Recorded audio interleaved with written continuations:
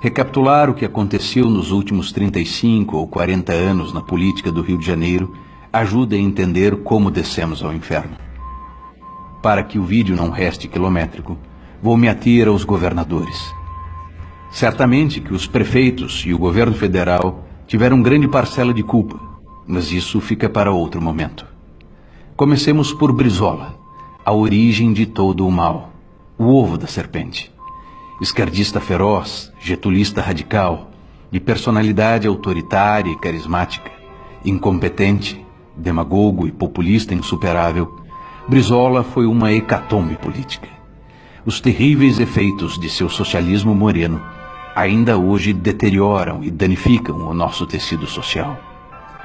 Ele era cunhado de João Goulart, este, ao seu turno, ex-ministro de Getúlio Vargas, em 1953, e ex-presidente, entre 1961 e 1964, afastado pelos militares. Em suma, Brizola não era corrupto, mas a bandidolatria certamente começou com ele. É ali que o Comando Vermelho ganha musculatura. Além disso, Brizola não apenas deu o aval, como incentivou a desordem urbana e a favelização se alastrou dramaticamente. Para sintetizarmos o pensamento vigente, o pseudo-intelectual e dublê de antropólogo Darcy Ribeiro, então vice-governador, expunha sua visão de mundo. Favela não é problema, é solução.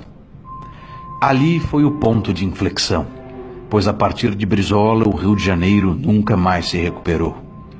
A metástase populista que necrosou a política fluminense teve continuidade. O bastão foi passado ao senhor Wellington Moreira Franco, que governou entre 1987 e 1991. Na juventude, Moreira Franco foi ligado aos comunistas da Ação Popular, grupo revolucionário de origem marxista-maoísta.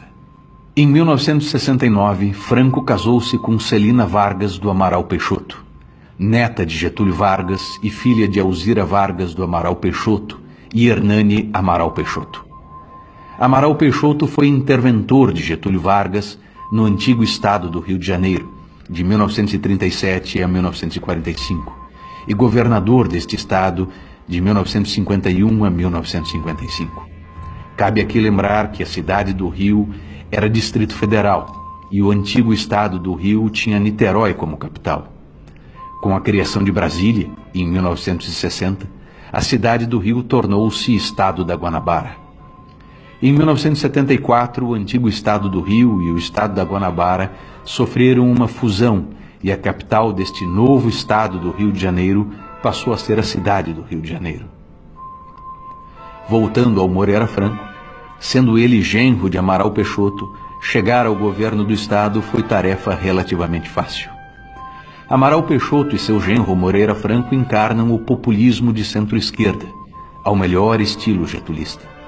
Paralelamente, do outro lado da Baía da Guanabara, Chagas Freitas governou o estado da Guanabara entre 1971 e 1975 e, após a fusão, foi governador do novo estado do Rio entre 1979 e 1983. Sintetizo a figura de Chagas Freitas dizendo que ele era a versão carioca do famoso governador paulista Adhemar de Barros, político que deu origem ao bordão "rouba, mas faz". Chagas Freitas consolidou seu domínio dentro do MDB guadamarino e, com a transformação do PMDB, dividiu o poder com Amaral Peixoto.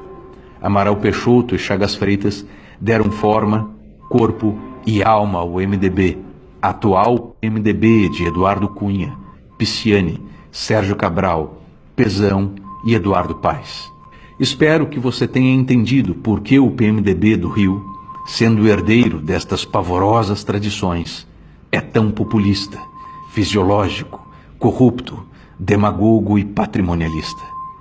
Mais recentemente, Moreira Franco foi representante do PMDB na coordenação da campanha de Dilma Rousseff à presidência da República, ocupando, posteriormente, o cargo de ministro do governo do PT. Agora, Moreira Franco é braço direito de Michel Temer. e acho que isto é autoexplicativo. Dando prosseguimento, temos o advogado Marcelo Alencar.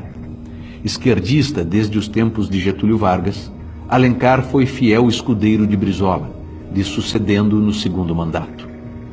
Aos mais jovens é bom lembrar que Brizola governou por 2 mandatos alternados, sendo a sequência de governos como Brizola, Moreira Franco, Brizola e Marcelo Alencar.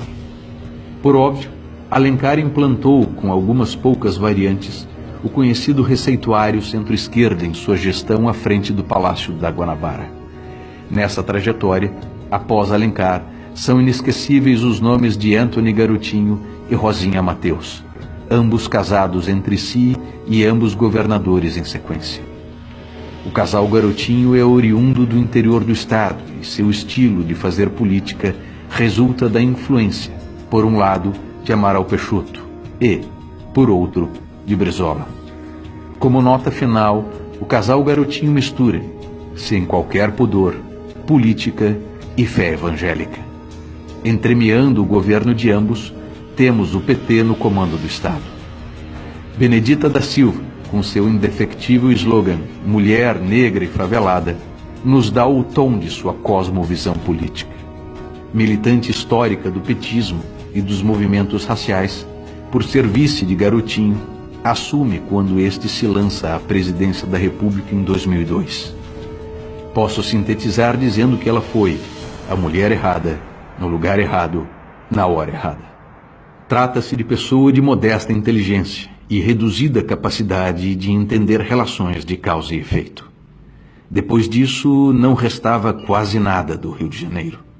Foi neste contexto que as portas se abriram para o saqueador Sérgio Cabral Filho e sua trupe desce o tiro de misericórdia. Seu bando roubou tudo, sem dó ou piedade, sem clemência ou compaixão. Cabral governou o Rio não uma, mas 2 vezes, em tenebrosos mandatos consecutivos, e a reeleição era permitida. Cabral, cuja ganância assume proporções apocalípticas e a capacidade de mentir é típica dos psicopatas, foi o maior bandido a ocupar o cargo de governo do estado.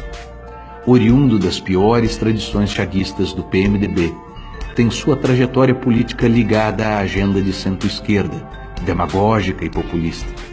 Ele é filho do jornalista Sérgio Cabral, conhecido militante esquerdista e fundador do jornal O Pasquim, criado em 1969. Cabral é contraparente do senador mineiro Aécio Neves, que também responde graves acusações de corrupção na Lava Jato.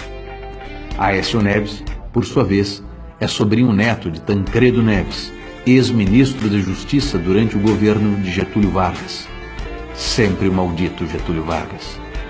Essa longa e grotesca corrente de diferentes tipos de esquerda, getulista, chaguista, peixotista, brizolista ou petista, deságua agora em Pezão. Pezão dispensa maiores comentários. Um homem de poucas qualidades. As poucas que possui estão muito bem escondidas.